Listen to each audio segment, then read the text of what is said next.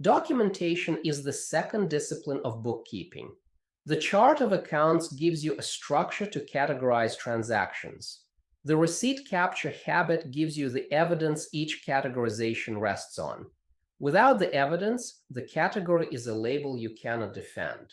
The unit covers the IRS standard, the retention rule, and the four-tool decision that makes capture happen at the point of purchase instead of from memory at year end. The audit conversation almost never sounds like prove you bought it. It sounds like tell me why this was business. That second question is what the annotation answers, and that's the half most coaches skip. The receipt is the easy part. The merchant gives it to you. The annotation only exists if you write it. No annotation, no answer to the question the agent actually asks. Two different burdens of proof sit inside one expense. Proof of purchase is mechanical. A merchant produced a document. The document shows a dollar amount and a date. Proof of business purpose is intentional. Somebody decided this expense belonged to the practice and recorded why. The IRS doesn't conflate them, and an audit will surface every line where you did. The retention rule looks generous until you do the arithmetic from the agent side. An audit notice in year 6 lands on a return filed for year 3, which references operating activity from year 1 through year 3. 3 plus 6 is the math, plus a buffer year for cases that drag. 7 isn't cautious, it's the floor that matches how audits actually arrive. The fault line between yes and no is the level of detail.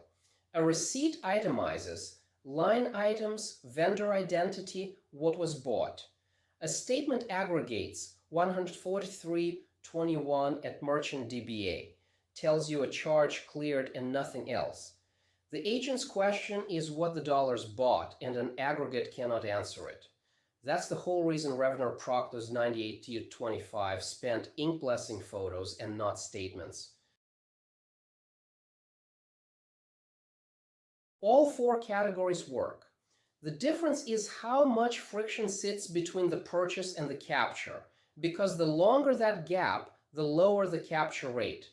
Native integration captures inside the bookkeeping tool, zero handoff. Dedicated apps add an OCR step but win on speed. Forward to email works for digital receipts that already live in inbox. The folder system works if and only if you actually open the folder. Module 19 picks the vendor. The category choice comes first. The test for any annotation is whether somebody reading it cold 2 years from now can tell what the business purpose was. Lunch fails the test. Every meal is a lunch. Client lunch, Jordan Smith, engagement debrief, passes because the people and the topic are on the record. Conferences and travel get a pass because the registration document already names the event and the dates. The rule is the same one across categories. The document has to answer the question without you in the room. Picture the actual exchange. Agent slides the statement across the table. Tell me about the meal at Acme Bistro on March 14th, 87-40. May has nothing. No receipt, no note, no calendar entry tied to the date. 8 times that exchange happens across 12 months.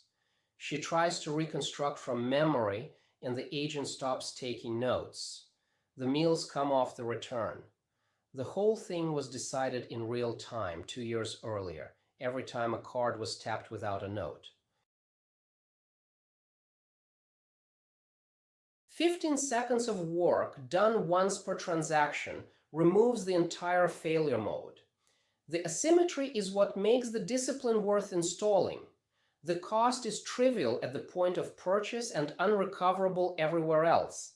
Same meals, same restaurants, same dollars, defensible under audit only if the note got written when the receipt got captured. The last 30 days is the window where the context is still in your head. Open the receipt capture protocol and lock in one method, native capture app or folder.